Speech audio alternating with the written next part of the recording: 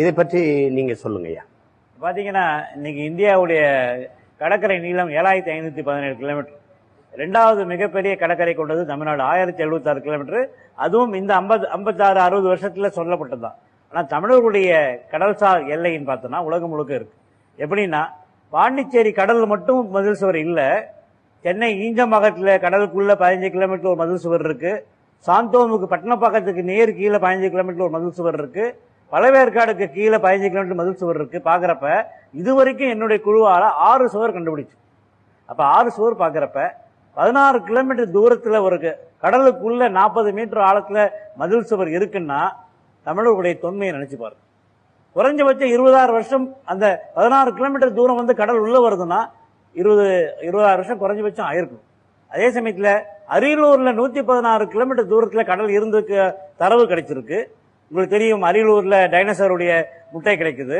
திருச்சியில கல்லாமேடுன்னு ஒரு இடத்துல 17 கோடி வருஷம் பழமையான கடல் ஆமையோடு கிடைச்சு. யோசிச்சு பாருங்க.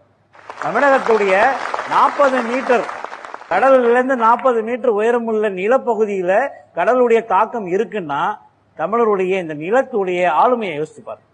அதே சமயத்தில் கன்னியாகுமரியில கிட்டத்தட்ட 53 கிலோமீட்டர் தூரத்துல 1000 சதுர கிலோமீட்டர் பரப்புள்ள ஒரு தீவு கடல்ல மூழ்கி இருக்கு. அந்த தீவுக்கு டாலமி சொல்றாரு, மணிக்கினான்னு சொல்றாரு. இங்க பாத்தீங்கன்னா பூம்புகார்ல பாத்தீங்கன்னா 65 இடங்கள் இன்னைக்கு மீன்கள் இனப்பெருக்கம் செய்யக்கூடிய இடங்கள் வந்து மூழ்கி போன நிலமா இருக்கு. தமிழ்நாடு முழுக்க என்னோட ஆய்வுல 650 இடங்கள் கடலுக்குள்ள மீன்கள் இனப்பெருக்கம் செய்யக்கூடிய பொட்டன்ஷியல் பிஷிங் கிரவுண்ட் இருக்கு. அதுக்கு என்ன காரணம்னா தமிழ்ல சொல்லுவாங்க செத்தும் கொடுத்தான் சீதாகாதின். அந்த மாதிரி தமிழருடைய அழிஞ்சு போன இடங்கள் கூட இன்று மீனவர்களுக்கு இனப்பெருக்கம் செய்யக்கூடிய இடமா இருக்கு.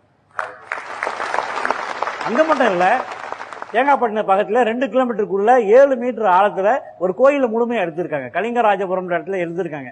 தமிழ்நாட்டுடைய கடற்கரை பாத்தீங்கன்னா புவியியல் அமைப்பு பாத்தீங்கன்னா நம்முடைய வரலாறை மிக அழகா பாதுகாத்து வருது. இன்னைக்கு ஒரு பாறை ஓவியம் இருந்தாலும் சரி, கல்வெட்டு இருந்தாலும் சரி, நம்ம மாணவர்கள் இளைஞர்கள் போயிட்டு கல்வெட்டு பக்கத்துல தன்னுடைய காதலன்